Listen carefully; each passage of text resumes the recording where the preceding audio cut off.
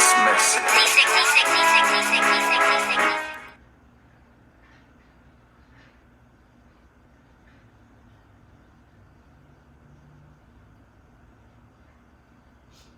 So I'm like a family. It's your brother Landon X. This is NationTown TV Live. And we're going to talk about something, but first I want to show you this.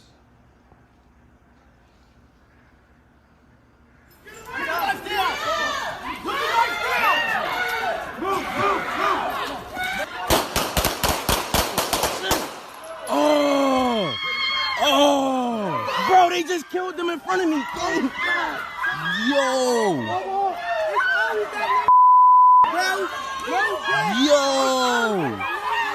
Y'all ain't had to give him that many shots. Y'all ain't had to give him that many shots.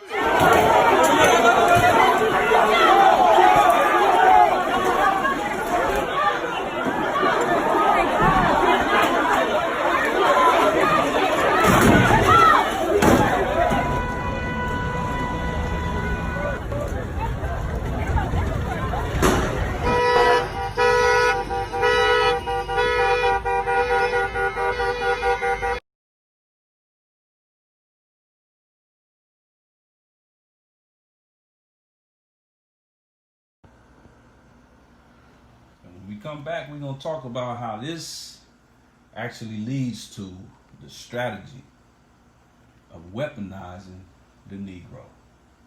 Let's get it.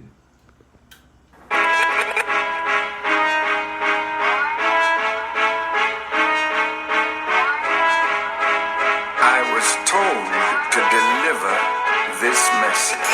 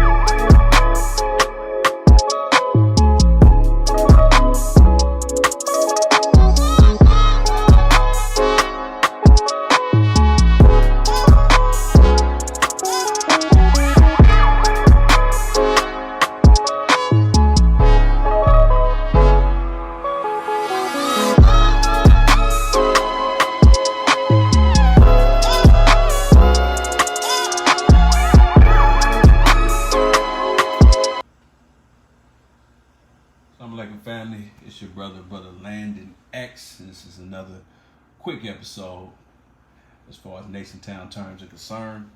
A quick episode of NationTown TV Live. And first, let me start off in the proper fashion because I want to get right into this particular topic. First of all, in the name of Allah, the Beneficent, the Most Merciful, I bear witness that there is no God but Allah, who appeared to us in the person of Master W. Fard Muhammad, to whom praises are due forever, plus 1,000 days as far as I'm concerned. I further bear witness that Muhammad is his messenger with all love due and all respect due to Prophet Muhammad ibn Abdullah, peace be upon him. When I say that I bear witness that there is no God but Allah, I am following up on the promise that the Holy Quran made to me, that certainly a messenger would be raised in every nation, and for this nation, for this people, and for this time, that is none other than the most honorable Elijah Muhammad. And I would know nothing of those two beautiful men if it were not for this man, the Honorable Minister Louis Farrakhan. And in those three powerful names, I greet you in the words of peace. We say it in the Arabic language of Assalamu alaikum. As you can see at the topic right above your head, we're going to deal with the weaponized Negro. Let me say that again. The weaponized Negro. I think this is a topic that we really got to dig into, similar to the topics that we did on the hijacking of our movements, but I want to go a little bit deeper. I promise, kind of, that we won't be on long, kind of. But we're going to deal with that. We're going to get into that. But first and foremost, before we get any further, you are watching NationTown TV Live, brought to you by NationTownStore.com. Shout out to all the NationTown family that has been supporting NationTownStore.com. Man, we really appreciate your support, and y'all been really going in. We appreciate it. You know, sound like somebody trying to build a nation out there. We see y'all. Also brought to you by DoForSelf.net. DoForSelf.net, an online learning annex, 100% free, dealing with topics like quitting your day job and stealing away from your day job in order to follow your dreams or whatever other plans you may have. Also, some tips on credit repair, alternative currencies, interviewing professionals from different walks of life. Definitely check that out. And also, when you get the time, when you get the patience, as you can see right up there, go ahead and donate to the NationTown cause. $, NationTown on Cash App. You know, whether it's $1, $2, 2 racks, 3 racks, whatever's on your heart, whatever's in your pocket. You know, don't give us your rent money, but, you know, go ahead and give us your rent money. You know, you can wait another month. No, I'm just playing. But anyway, hit us up.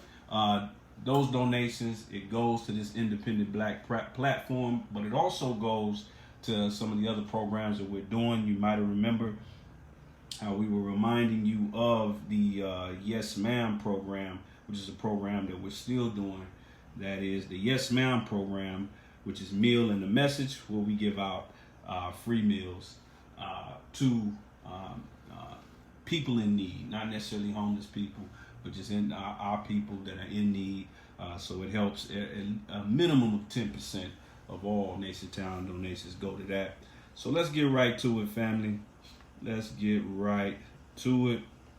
As I said before, we're dealing with the weaponized Negro. Now, why would I show the video of our brother Walter Wallace, who was murdered in cold blood, shot approximately 10 times, west side of Philadelphia, and he was murdered in the middle of the street in front of his mother? So what does this have to do with the weaponized Negro? Am I talking about the alleged weapon that he had in his hand? That's not what I'm saying. Because what you're about to see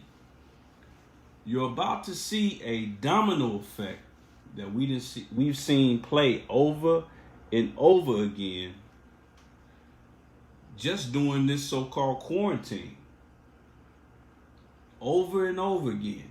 A process that we're going to get into, but the weaponized Negro is how we're being weaponized by our enemy in order to hurt and destroy one another. Shout out to everybody chiming in, the NationTown family. Hit us up with your questions and comments. And Tisha Hall, wa alaikum salam, family. We're going to get into this. We're going to jump right into it, but I want to first explain what I mean by weaponized. Now, this enemy has weaponized a lot of things.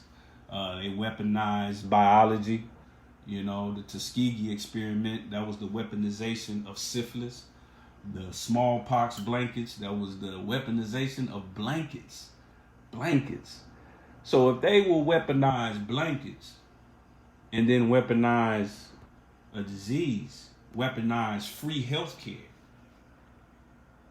What makes you think they won't weaponize us? And they are weaponizing us. And some of us, if we're going to go, and y'all know how we do it on NationTown, we're going to find out later on, before we get out of here. Everybody that's watching this and will watch this, we're going to have a quick little quiz to see if you have been weaponized. Now, it's easy these days to see a couple of memes on social media, read a couple of books and think that, there's just no way that this enemy can get between your ears. But, we're going to run over a quick quiz to make sure. Now, what do I mean by weaponized? I'm going to give you a couple of examples. Because like I said, what happened to our brother Walter Wallace in Philadelphia, that's going to set off a chain reaction that we've already seen before. They're already, tearing stuff up, looting. But I'm not talking about that. I'm talking about the overall reaction from us, from Aboriginal people. And really, what I'm starting to notice is that this is all expected. Not only expected, but it's preferred and it's designed by our enemy. Let me give you a couple of quick examples, just so you know I'm not losing my mind. Well, first of all, I don't know if you remember on the television network A&E, they used to have a show called Duck Dynasty with a bunch of rednecks who had made millions of dollars. And the product that they made $1 million off of, see, that's why, I got a certain amount of respect. I observed the operations of the white man.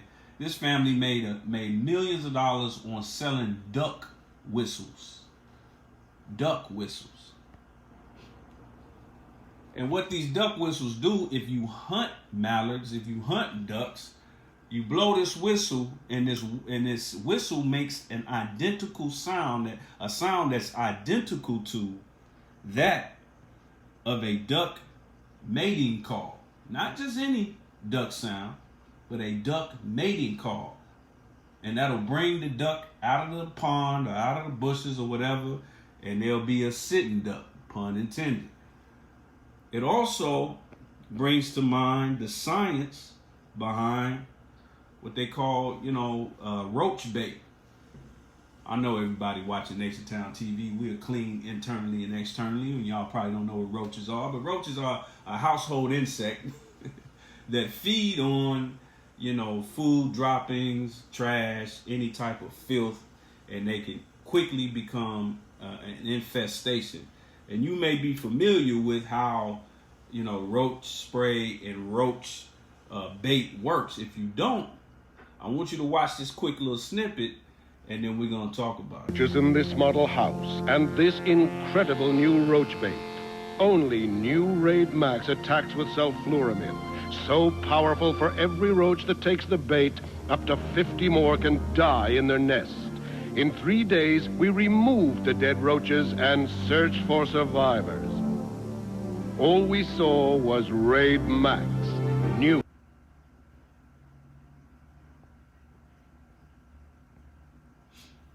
And there it is. And if you didn't catch that, let me tell you how roach bait works. Roach bait, they crawl into that little contraption, that little black contraption. And each one that crawls in it, and they're lured in by either a scent or a sense of something that they consider to be food or nourishment. They go in, they get poisoned, and then they go back to their nests. It's not like a roach motel that just traps them in there and kills them. It actually poisons them, and they take that poison back into their nest, and then they kill the nest. So it poisons 1 or 2 roaches at a time, and it goes back and does that. What does this have to do with the topic? This is how we're being weaponized. We're bringing things home. We're bringing things into our community, mentalities that are weaponizing us. And like I said, if you pay close attention to the aftermath of what happened to our brother Walter Wallace, you're going to see the same thing that happened to Ahmaud Arbery, the aftermath of that, the aftermath of George Floyd, the aftermath of even Breonna Taylor. You're going to see a similar thing, and it's going to make a lot more sense as I go forward. But let me just put it like this. Here's what's going to happen. First of all, before this happened yesterday, there's been a rise on social media. And I think it's important to check social media, because social media gives you a pulse of what people are thinking. But before this Walter Wallace situation, once again, that gender warfare amongst black women and black men was bubbling to the surface, including this word patriarchy, and I'm gonna get into that in a minute. But what I found interesting is, while we're going at each other's necks as black men and black women, we're talking about, how should we break down household income, household bills and expenses 50-50. Are we guilty, are black men guilty of being chauvinists or patriarchists, or whatever the case may be? All these things. It's a lot of, gender warfare revolving around the national elections. Ever since Ice Cube presented the contract with Black America, black women feel like that since it didn't actually say black women in there, that they're being left out, and all of this and all of that. Niggas ain't this, women ain't that.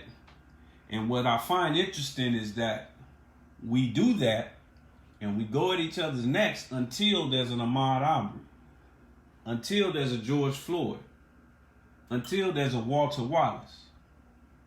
Then all of a sudden it's, rest in paradise. Now all of a sudden is, we love you, Ahmaud Arbery. We're gonna fight for you. We're gonna set a police car on fire for you, Ahmaud Arbery. We're gonna protest for you, Ahmaud Arbery. We're gonna hold up that Black Lives Matter sign for you, George Floyd. But the interesting thing is that today's no good Negro is tomorrow's George Floyd. Today's, raggedy, chauvinist, patriarchist Negro is tomorrow's Walter Wallace. I think that was a domestic dispute that they were dealing with when our brother was killed. And then brothers, today's, bitter, angry black woman who you feel is not giving the black man a fair shake, or, thinks she all that because it's easier for her to get a job than it is for you to get a job. All these negative things that you throw out there about the black woman. Today she's all of that, but tomorrow she's Breonna Taylor. So instead of a knee-jerk reaction to the Walter Wallace situation, I felt it was a need to kind of preempt what I knew was going to be the aftermath. It was going to be all of this unrest. It was going to be all of this love pouring out for Walter, and it should be.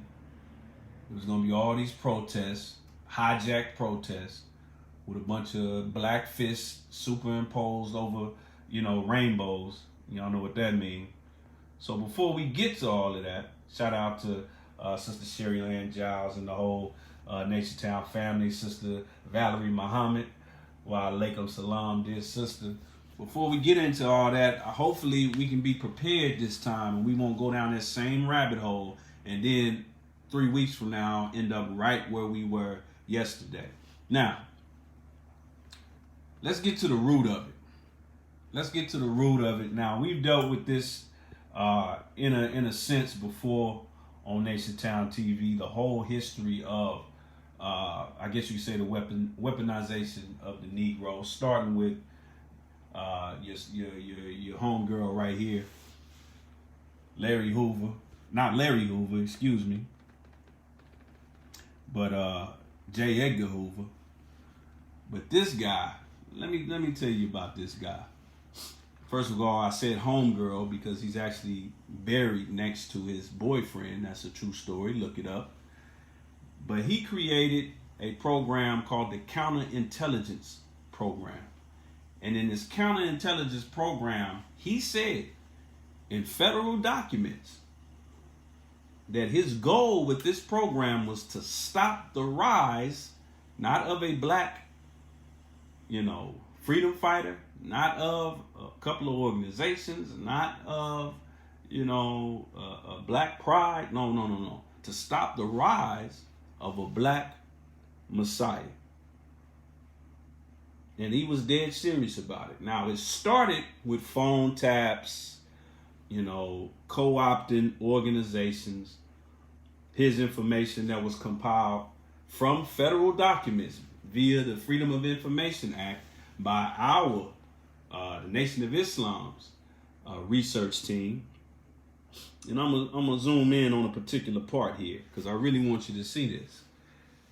This is from an actual federal document dealing with Malcolm X and their infiltration, the FBI's infiltration of the Nation of Islam. It says, and I quote, "Over the years, considerable thought has been given and action taken with bureau approval relating to methods through which the NOI could be discredited in the eyes of the general black populace," that means black folks, "or through which factionalized or fictionalized among the leadership could be created. Serious consideration has also been given towards developing ways and means of changing the NOI philosophy to one whereby the members could be developed into useful citizens and the organization developed into one emphasizing religion, the brotherhood of mankind, and self-improvement. Factional disputes have been developed, and the most notable being Malcolm X Little. Factional disputes developed. So that was just the tip of the iceberg of COINTELPRO, because what COINTELPRO did, it graduated from being just a program to becoming a culture. COINTELPRO is now a culture in not just the government, but in corporate America and in media. They're now working in conglomerate. It's a conspiracy now. COINTELPRO is like a weed, man. It's grown beyond just the offices of the FBI. It's become a part of American culture to stop the rise of a black Messiah. And it also brings to mind a particular scripture in what we call the poison book, also known as the Bible. And in the scripture, it's talking about killing the male and sparing the female. This is from the book of Exodus, chapter 1. Verse 16, it says, "And he said, when ye do the office of a midwife to the Hebrew women and see them upon the stools," this is Pharaoh talking, "if it be a son, then ye shall kill him, but if it be a daughter, then she shall live." She shall live. And of course, from that point, from the beginning of COINTELPRO, you've seen it seep into our communities, the way we see each other. It's seeped into things like, gang violence in our streets. This is all a part of COINTELPRO. Where do these guns come from? I don't know, Neb. I don't even know a brother that owns a gun store.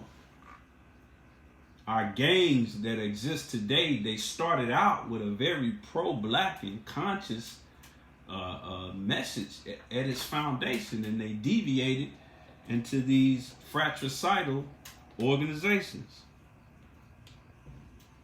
And then they used the music, which is like the gasoline to that fire, to promote this right here.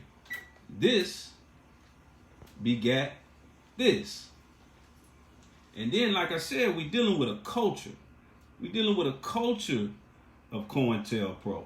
Not just a particular program, not just phone taps, not just infiltrating organizations, agents, provocateurs. They did that, and they still doing that. Make no mistake. But then that culture bled into the actual inner workings of the government, into bills that were passed, into the executive office even of the United States of America. What you're looking at right here is Bill Clinton signing the 94 crime bill. And that was something that was on the tail end of several years that date all the way back to the mid-'80s of a plan to stop the rise of a black. Now understand, when I say stop the rise of a black Messiah, that deals with men. When you look in the scripture, the Messiah is 9 times out of 10 a man. A woman can absolutely be a Messiah or a messianic figure, But go and read your scripture. You're talking about a man, and white people are the government is very keen to scripture. Every judge who's ever doled out any time to any black man in any court, in their chambers, they had a copy of the Holy Quran and several copies of the Bible. Most people, when they swear in the courtroom, they swear on the Bible. But they always have a couple of Qurans in the back just in case you're a Muslim. And you better believe that they study it. Thomas Jefferson had a very well-read copy of the Holy Quran in his office. Well read. It was tattered. It was so tattered that they had to piece it back together, which proves that he read it nearly every day. Now that was Bill Clinton signing the crime bill, and you know, I just want to show you something, because the crime bill was, even though it was a federal mandate, it went into the state level. What you're looking at are the increases of prison populations and mass incarceration since the crime bill. As you can see, the highest increase was on the state level. That's the red line. The orange line is the local level. The yellow line is the federal level. But on the federal level, you had attorney generals and prosecutors that knew that they had the backing. When the state level knows that they have the backing of the federal level, then they usually follow whatever lead the federal level has. So this was a great political success for Bill Clinton. And as you can see right here, he's hugging somebody. He's hugging somebody. He got his arms wrapped around somebody. Y'all know who that somebody is? Can anybody tell who that somebody is? Hit us up, NationTown TV. Can you tell who that is? If you can't tell who that is, let me help you out. More questions, but I tell you, if you have a problem figuring out whether you're for me or Trump, then you ain't black. It don't have.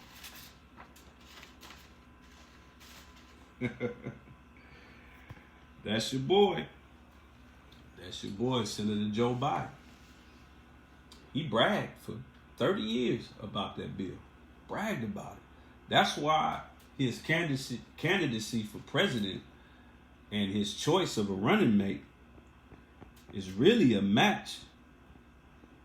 It's really a hell of a match. It's actually a match made in a white man's heaven, which, as the Honorable Minister Louis Farrakhan taught us in his song, that white man's heaven is a black man's hell.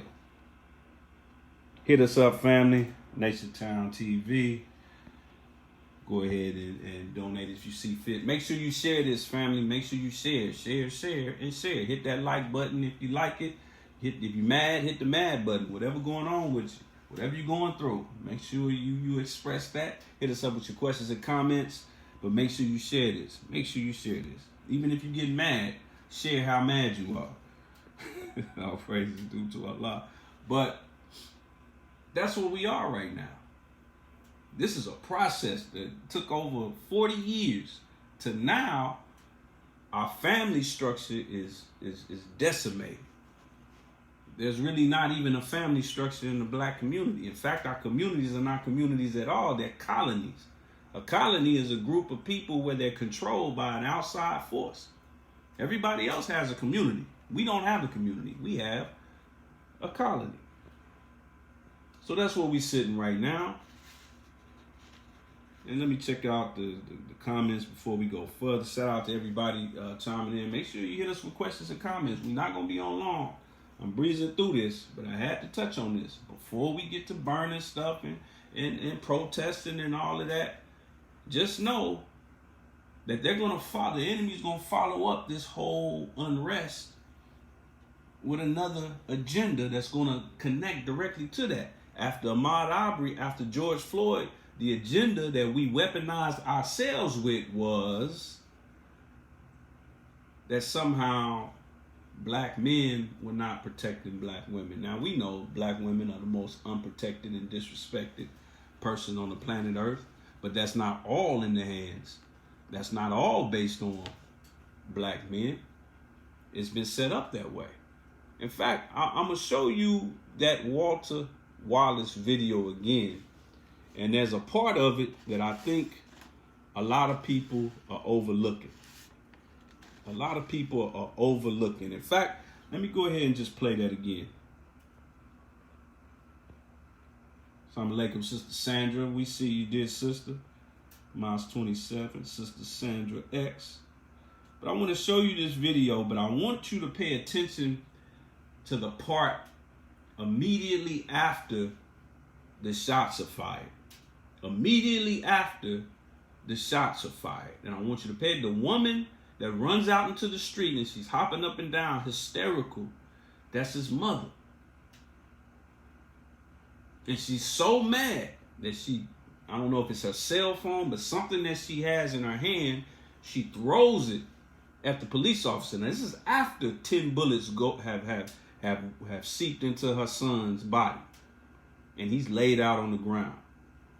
So she, and of course, it makes sense for her to lose her mind to see her son shot dead like a dog. Like a dog. But then she jumps out in the middle of the street and she throws something at the police officer. And watch how the police officer reacts. Watch how the police officer. Now, he's going to say, that police officer and all the police officers on the scene, because they the biggest gang in America, they stick together. I wish black people had the unity that police officers have. We'd be free overnight. It'd be a Black Wall Street in every black community. We'd be a community again if we had the unity that police show with each other. But they're going to claim that they felt threatened because apparently he had a butter knife or whatever in his hand. I've seen police attacked by white men, butt naked, crazy with machetes, and he still ended up in jail in one piece. But they're going to say that they felt threatened. And in the video, the police officers are backing up. They're backing away. But watch how that scared for my life mentality changes after the brother is murdered. Pay attention.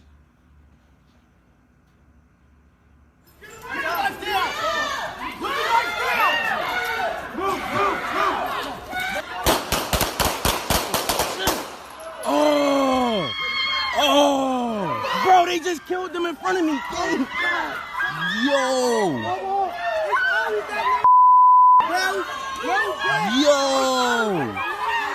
Y'all ain't had to give him that many shots. Did y'all catch that? Immediately after the brother was shot, the mother, hysterically steps out into the street, and she's so upset and scared and sad at the same time that she throws something at the police officer, and he charges toward her. Suddenly, he's not afraid of anything now. Remember that Bible verse I just showed you? Book of Exodus 1:16. Kill the male, spare the female. And he said, when ye do the office of a midwife to the Hebrew women and see them upon their stools, if it be a son, then ye shall kill him. But if it be a daughter, then she shall live. Once they kill the male, the next step is to go aggressively toward the female. Not just to kill her, not just to hurt her, but to do whatever it is they see fit. And that's a message to the brothers and the sisters. And no matter how mad you get at us, sisters, once we go down, it's open season on y'all. And brothers, no matter how much sister getting on your nerves, it's your job to protect her. Because once you fall, either by your own doing or otherwise, it's open season, not just on your baby mama, not just on your girlfriend, but on your mama, your sisters, your auntie, even your grandmother. It's open season on them. Now, shout out to everybody chiming in. Sister Sana, assalamu alaikum. Sister Peggy, peace, peace. Absolutely. Now, what I want to get into at this point, I want to give you a quiz, because before we get out of here, we actually going to get out of here kind of early today. All praises due to Allah. We went kind of long the last couple of episodes. I want to give you a quiz to make sure whether you're male or female, you know, Aboriginal male, Aboriginal female, black woman, black man. Let's make sure that we're not being weaponized. Do you think you're being weaponized? Now be careful, man. You know, right now we have this pestilence that the minister says is from heaven that's infecting people, and you got people walking around who don't know that they're infected. And this enemy, he works quite similar to a disease. He's become so skilled in his devilishment. You know, it's like it says in the Quran, that evil suggestions and firm resolutions, the whisperings of a slinking devil. Why is the slinking devil whispering? Because it becomes so subtle. You can read a couple of books, you can read a couple of memes, you can follow NationTown, you can follow Brother Reason, you can listen to lectures from Brother Student Minister Abdul Malik Saeed Muhammad, you can follow NOI.org, Brother Ben all day, you can do all of that. But you can still get infected if you're not careful, because we're not separated yet. We're just not. Some of us are on different levels, but we're not separated from this demon, so you still stand the risk of being infected. So we're gonna deal with it. We're gonna run a little quiz real quick to see, how do you know if you have been weaponized? Well, I got 4 main, I guess you could say, symptoms. Symptoms that might classify you as a weaponized Negro. Now, you know how alcoholics do it. Well, you may not know. I don't personally know, but I saw it on television and TV shows like Intervention. You know, when alcoholics decide to join Alcoholics Anonymous, which is a very brave step and a very key step for them, they never stop calling themselves an alcoholic. You know, they can be clean for 30 years and they'll stand up and say, my name is Joe and I'm an alcoholic.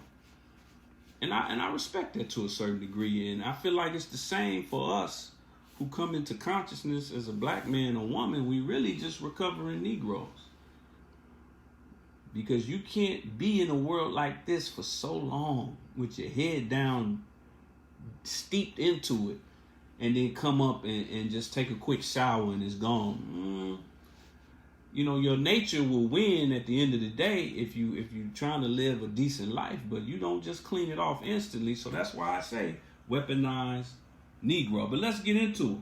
How do you know if you have been weaponized? Well, the first way to tell if you have become a weaponized Negro against your own people is if you love everybody except yourself. Now, this is a simple one. If you love everybody except yourself, meaning that there's always room in your heart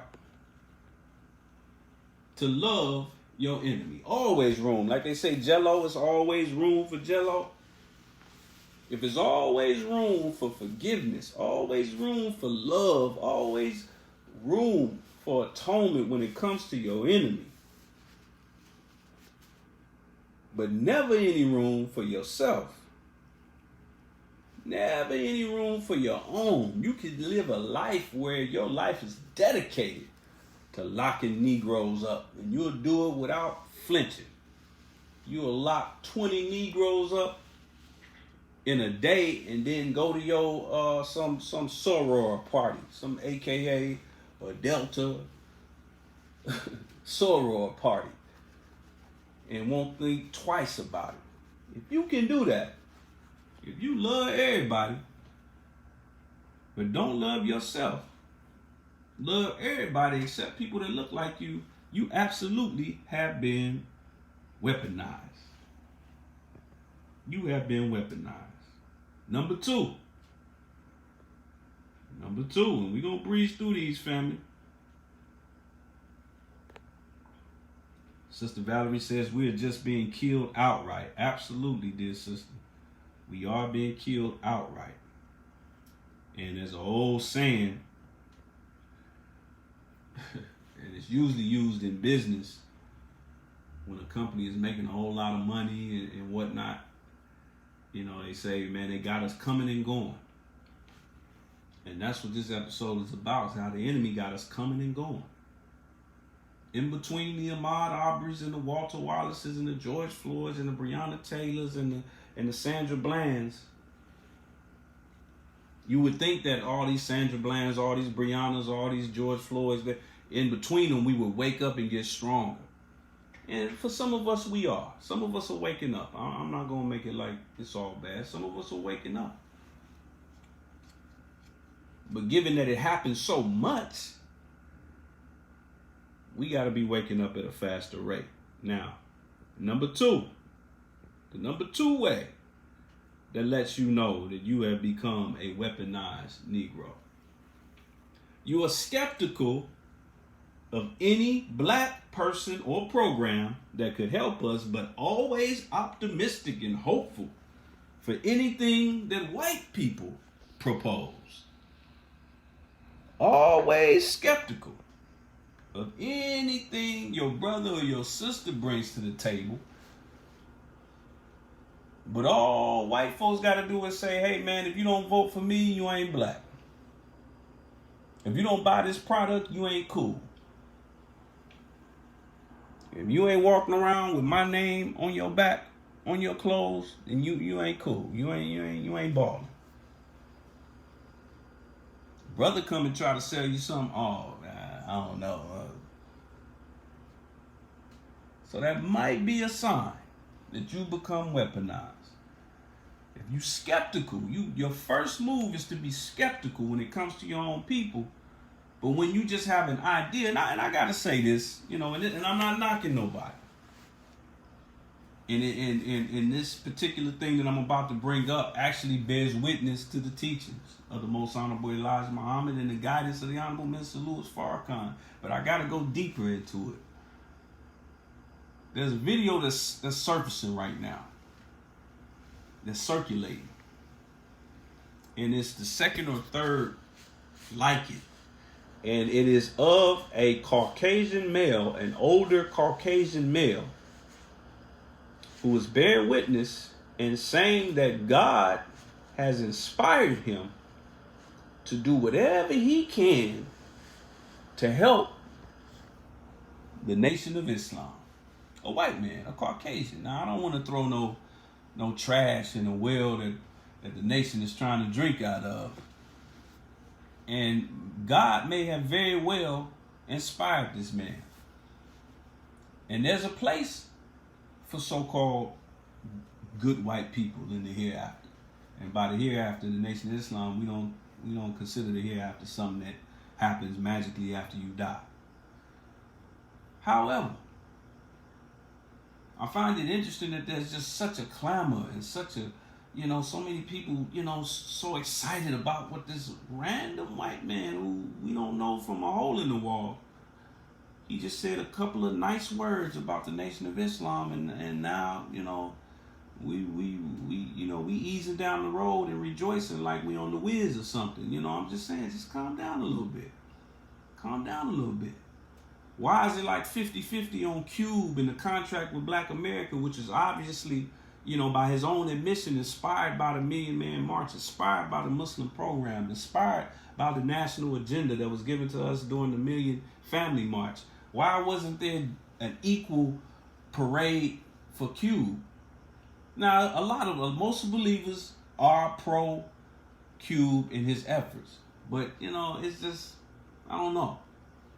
Check it. Just check yourself. Now, if you check yourself and it's cool and you equal on both sides, then you all right. But just be careful. Just be careful. If you're skeptical of anything black, but automatically optimistic and hopeful for anything Caucasian, then that's a very severe symptom of being weaponized. Now let's go to the next one. Let's check it out. Make sure y'all share this. Share it, share it, share it. Like my sister Vicky Dillard says, thumbs up, thumbs up, thumbs up. Shout out to our sister Vicky. Well, she be going in. Number 3, you fight battles that you have no business fighting. What do I mean by this? You fight battles that you have no business fighting. The best way to describe this, and I'm going to use some very clear examples, but the best way to describe this,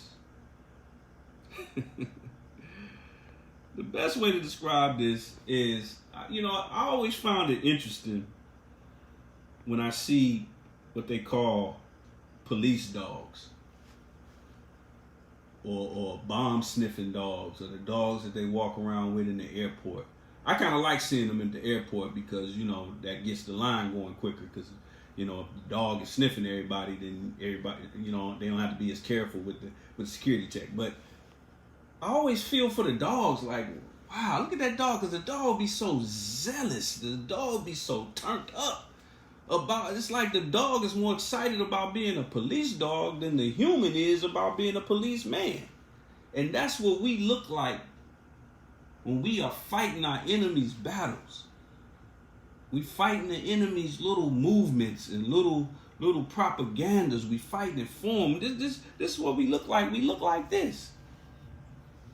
This is what you look like, black man. When you think the white man's problem is your problem, we sick, massa. This is what you look like, sisters. I mean, I'm not calling my sisters female dogs, but this is what we look like when we take feminism and we make it out to be a problem for black women. And I'm going to break that down in just a moment. You look like this. This is what you look like. This is what you look like when you fight battles that you have no business fighting. Now, I want to qualify this, and I'm going to deal with our brothers and our sisters on this. Freedom, justice, and equality. Freedom, justice, and equality. And I'm going to start with my brothers.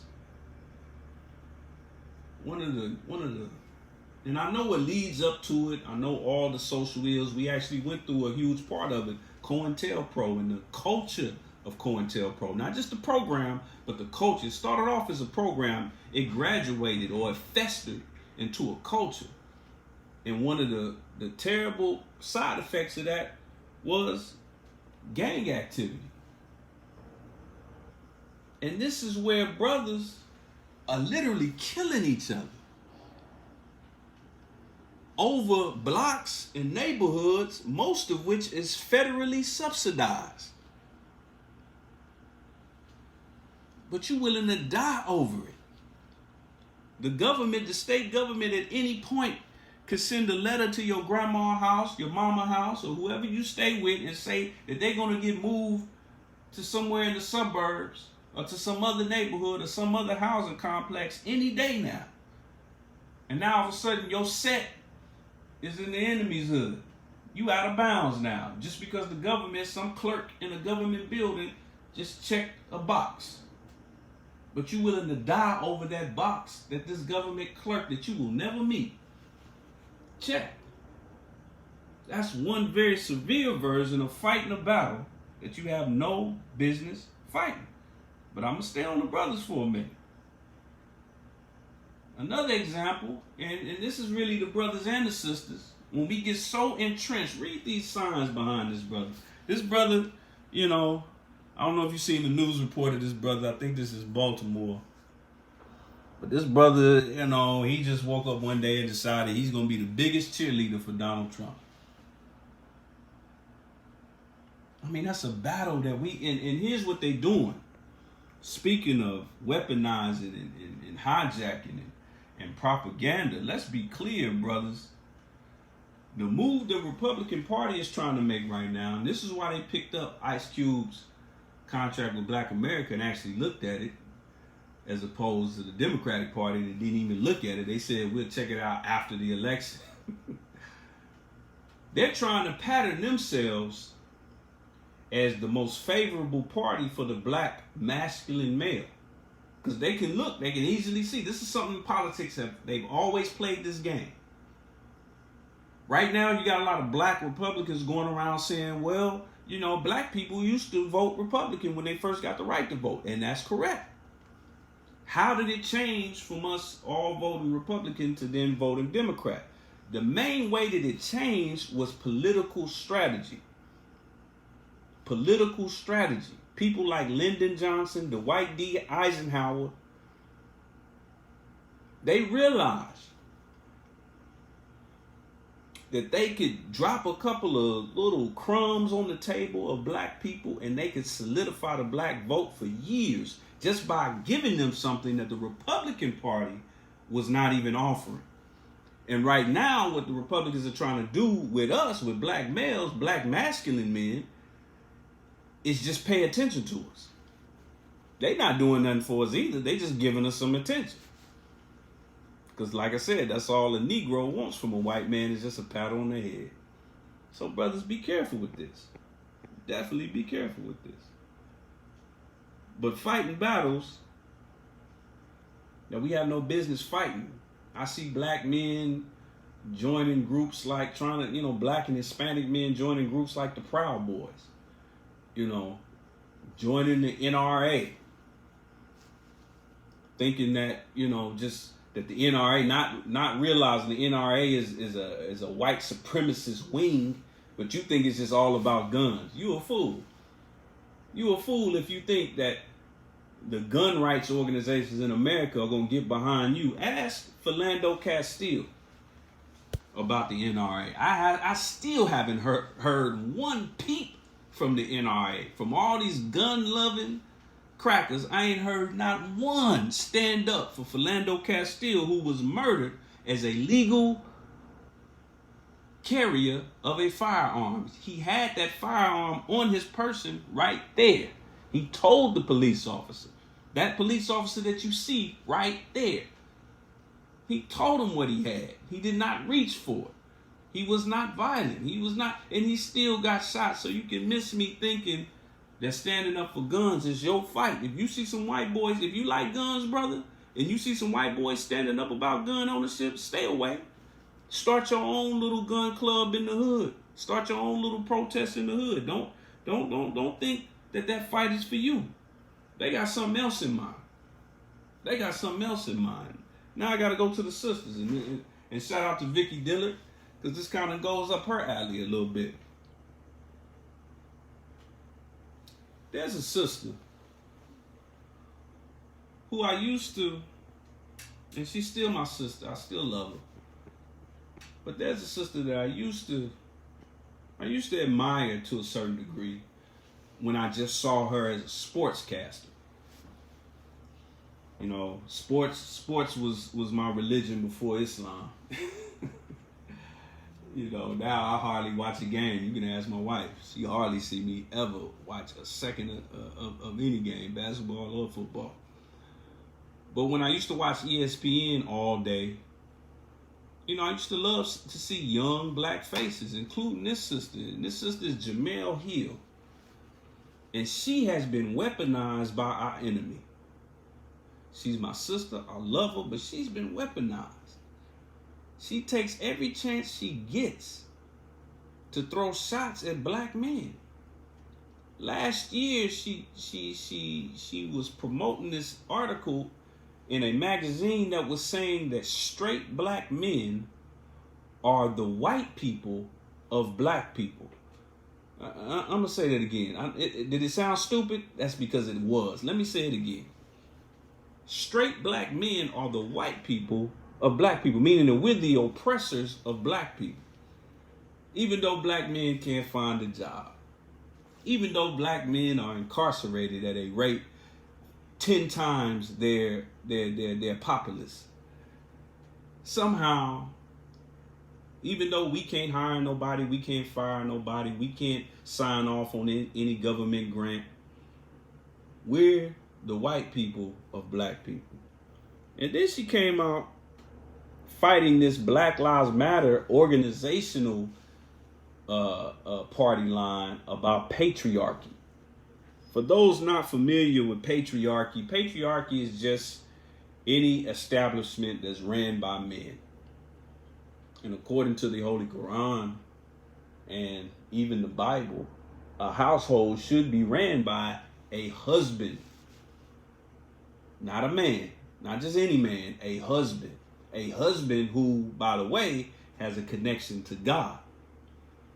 The Black Lives Matter founder, one of them, all three of them are lesbians, but one of them, who happens to be married to a white lesbian, pointed out that one of the things that pushed her toward a feminist mentality is the fact that she was so oppressed as a little girl because her father, who was an entrepreneur of their family business that paid all the bills and put her through college, he had this terrible, oppressive, color purple habit of making her or her mother make him a cup of coffee every morning. Poor baby. So she said that patriarchy that she had to deal with growing up pushed her toward her idealism that she has now. But this sister Jamel Hill, she has made a point. She's been going off on social media, so much so that she even bumped heads with my brother, Reza Islam, because he had a rebuttal to her claiming. Let me show you just a tweet that she posted. This is what she said. She said, "I have increasingly found that not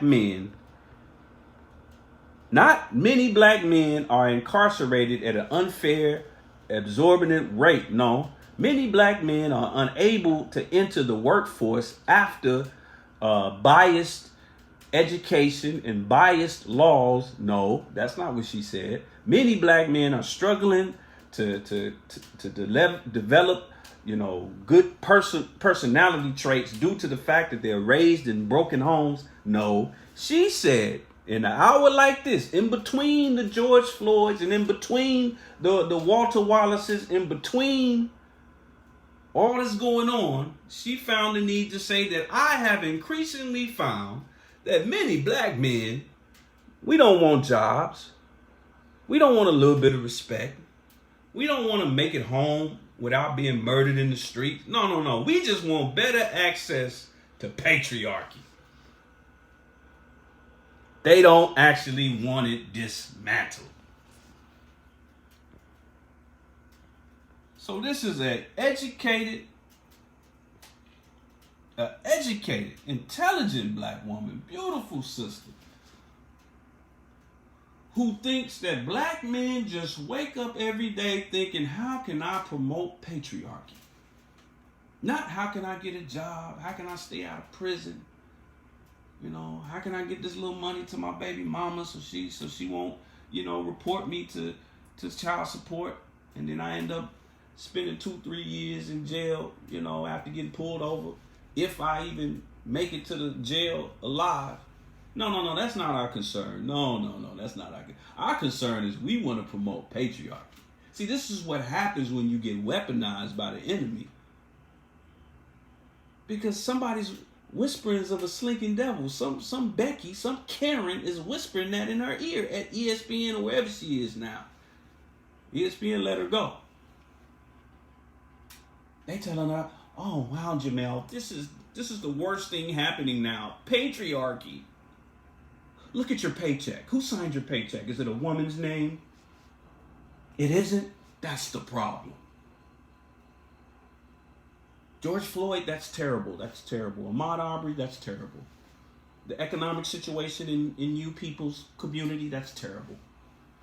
But if we just get rid of patriarchy, the rest of that will go away, Jamel. And this all stems from the argument that bubbled to the surface after Ice Cube.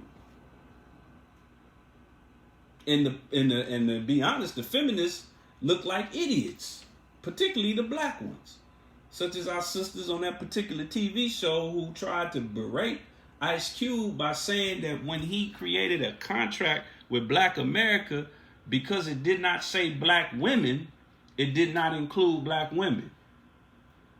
But it's a contract with Black America. But see, when you got that whispering devil in your ear that's telling you that there's 13 different genders, that my gender can be determined by the hat I wear, or what kind of shirt I like to wear, or by whatever thought I got in my mind on that particular day, when you falling for all that foolishness, when you marching up and down the street with somebody you don't even know what gender they claim. We claiming genders now like it's a set.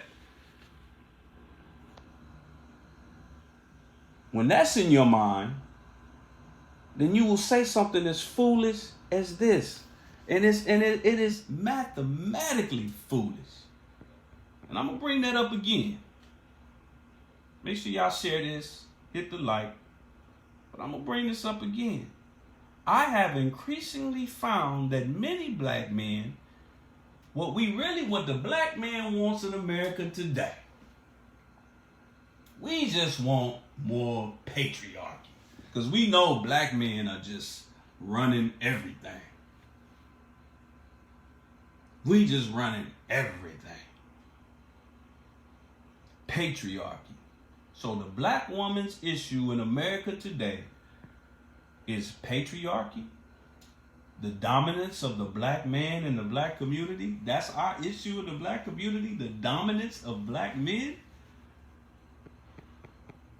Now let's come back to real life for a minute. In real life, over 70% of black households are headed by single black women since the 1970s. That's a fact, Sister Jamel. Where's the patriarchy in that? Not only that, since the 1970s, black marriages have plummeted, and the number of single black women are at an all-time high. Jamel, you can't have black patriarchy without black men. That's like saying that all the elementary schools are terrible, but there are no children. That's like saying, man, our city's football team, our city's NFL team is terrible, and your city don't have an NFL team. But we have a patriarchy problem in the black community, even though there is no patriarchy. There are no patriarchs. Most black people my age or younger might have one grandpa on one side of the family. Might. 70% or more of black households, and that number has only ticked up since the 1970s. In the early 2000s, it was inching close to 80%. So where are the black men? Now, you can't say on one hand, it ain't no good men, and then on the other hand, all these men are oppressing us. Wait a minute. Hold on. What men? What men? Talking about your homosexual homeboy? I mean, but this is what happens when you are weaponized. When somebody whispering in your ear, they got something called third-party law. Whenever you find yourself in conflict with someone, especially someone that that normally you're not, naturally you're not in conflict with, and you're not even sure why, 9 times out of 10, there's a third party, unbeknownst to both parties, that's egging this whole situation on. And we are the #1 victims of third-party law. This is why I compared it earlier in the show to a duck whistle. Because remember, the duck whistle shoots out a mating call. There's a natural attraction between the man and the woman. So obviously, if things are not going great between us, there's frustration there. If we didn't really give a damn about each other, there would be no complaints and no frustration. But since there's a natural God-given attraction between us, See, that's like that mating call. So we can get to scratching and fighting each other, and then, you know, when we in plain sight, the enemy can aim and fire off that weapon. And we bringing this home.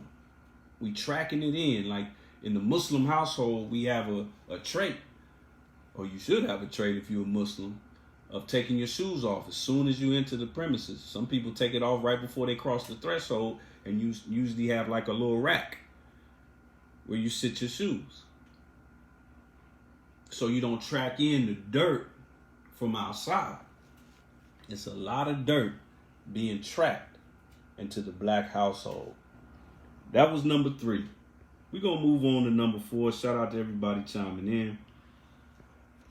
Sister Antisha Hall says, yes, sir.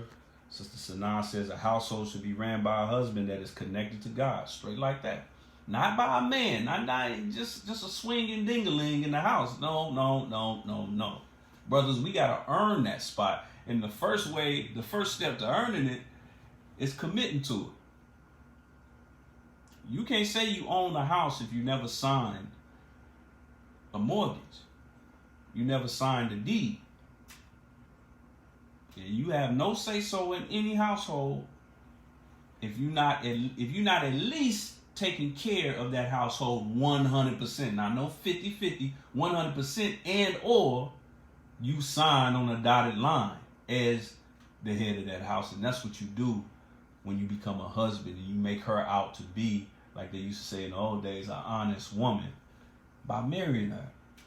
So we ain't talking about just men, just for the sake of men. I strongly warn all the women out there watching, please don't let any Negro run your household. Please. Even when he marry you, be careful.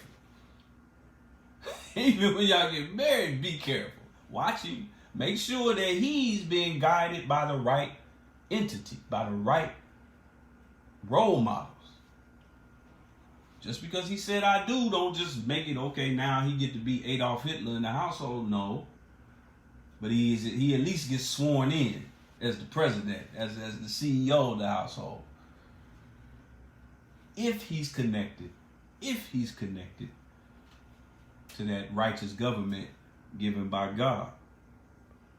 So we're gonna close out with number 4.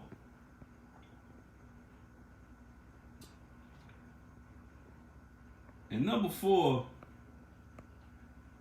is my favorite. And it's probably gonna rub some people the wrong way, because number 4 kind of deals with, because some of y'all been ducking and dodging these so far. Oh yeah, I know I don't do that. Oh yeah, I know I don't do that. I read Message to the Black Man. I know I don't do that. Oh, I'm a Muslim. I know I don't do that. Or I'm a Hebrew Israelite. I know I don't do that. Well, let's see about number 4. You know that you have been weaponized if you use constructs made to unite us as a means to divide us. We got this habit in the black community, because we're so deprived of a proper education, we're deprived of knowledge of self, knowledge of God, and knowledge of the devil, that as soon as we scratch the surface of it, soon as we get just a little bit of knowledge, a little bit of understanding, a little bit of tafsir, just a little bit, we read a sentence in Message to the Black Man. Woo. First thing we want to do is run down the street and not go find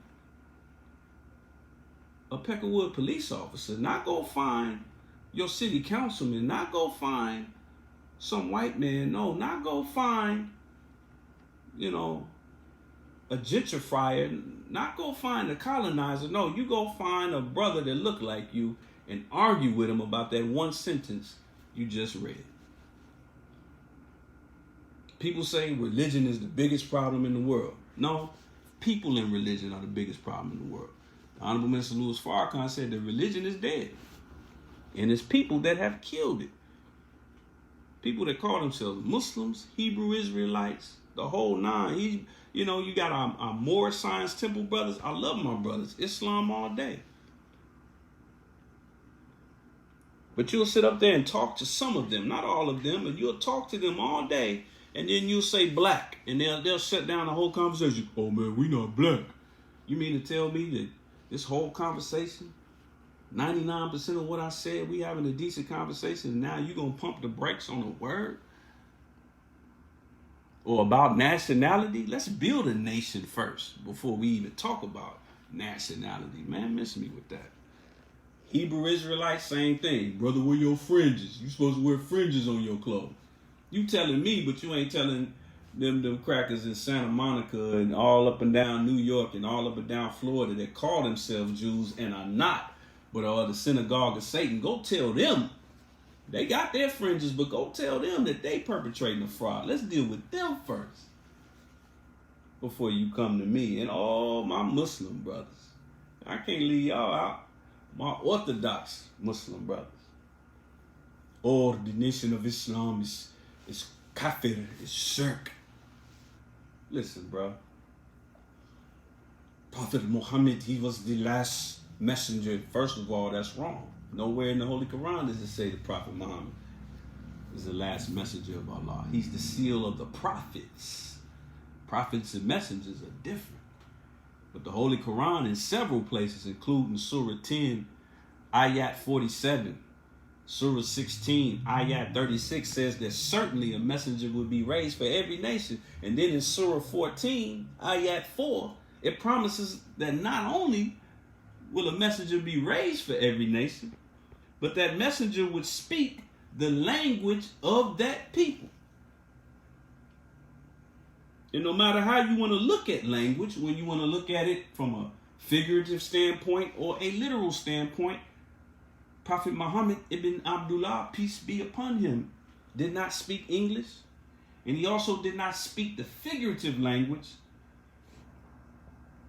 of the Aboriginal man here in the hills of North America. Prophet Muhammad didn't know nothing about slaves. He didn't know nothing about Jim Crow. He didn't know nothing about he can't really compare nothing to George Floyd and Ahmaud Arbery and Walter Wallace. He can't really compare nothing to that. Yeah, he got aggressed upon by his own tribe, the Quraysh. But the language of our people was spoken by the Most Honorable Elijah Muhammad, make no doubt about it. And even to Muslims who call themselves followers of the Most Honorable Elijah Muhammad, but you can't fix your mouth to respect the Honorable Minister Louis Farrakhan. See, you gotta acquaint yourself. They call themselves, oh, I'm a follower of Elijah only. Listen, you gotta acquaint yourself to what our lesson says when it talks about past and future, present perfect tense, as it pertains to July 30th, 1972, where the Most Honorable Elijah Muhammad said, when you see him, look at him. Wherever he says go, go. He called him out. He said, stand up, brother, come here. And the Honorable Minister Louis Farrakhan, he just stood there. He said, sit right here. Where did he sit him? Where did he sit him? He set him in his own seat. Using that perfect tense, he said, when you see him, look at him, future tense. When you hear him, future tense, listen to him. Continue to hear him, future tense. He is a bearer of witness of mine. Continue to hear my minister, Minister Farrakhan. And even in the Nation of Islam, under the guidance of the Honorable Minister Louis Farrakhan, some of us get too zealous with running out and arguing with other black people. What are you building there? On that corner, on that street corner, when you arguing, going back and forth with some Hebrew Israelite or some Negro or whatever, y'all standing on property owned by some Jew or some Korean. And they sitting in their storefront looking out the window laughing at you. Laughing at you with your bow tie and him with his fringes. Because he can call the police at any given second and have y'all brushed off the concrete like dust. So you know that you have become weaponized. As a black man, as a black woman, when you love everybody except for yourself, You're skeptical of any black person or program that could help us, but optimistic and hopeful for anything white people propose, such as next week, next Tuesday. You fight battles that you have no business fighting, like a loyal police dog. And you use constructs made to unite us, but you use it as a means to divide us. So, dear family, there it is. The weaponization of the Negro.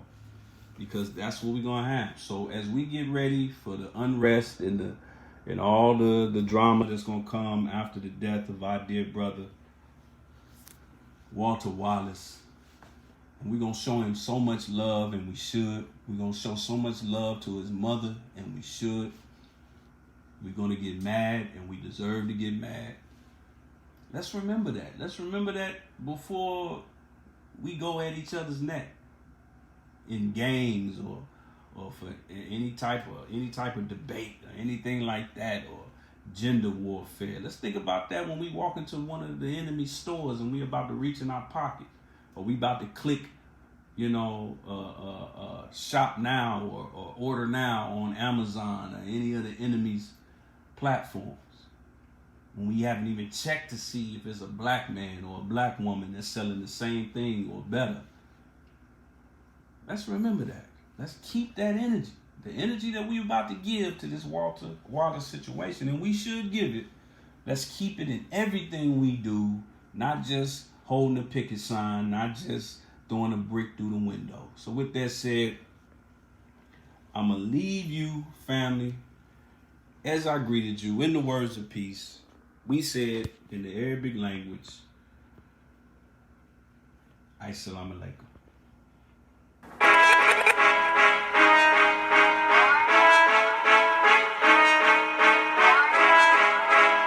I was told to deliver this message. The expression, each one teach one? Of course you have. But what if each one teach one was an actual website instead of just an expression of words? Log on to doforself.net and experience the Underground Freeway, which is a free online collection of step-by-step how-to and do-it-yourself subjects ranging from how to quit your day job, repair your credit, investments, alternative currency, and much more. It also features interviews from real people, real professionals with real expertise and information ranging from entrepreneurship, real estate, art, education, physical fitness, the medical field, filmmaking, and much more. Just log on to doforself.net, choose your subject, pick a video, and get it in. Once again, it's 100% free. And not only is Underground Freeway free, but you can also earn rewards every month based on how many subject videos you watch. The subject videos are broken up into 10 to 15 minute step-by-step tutorials, so you can go at your own pace. Each one teach one is no longer just an expression. Now it's a movement. So log on to doforself.net, pull up on the Underground Freeway, and let's get free.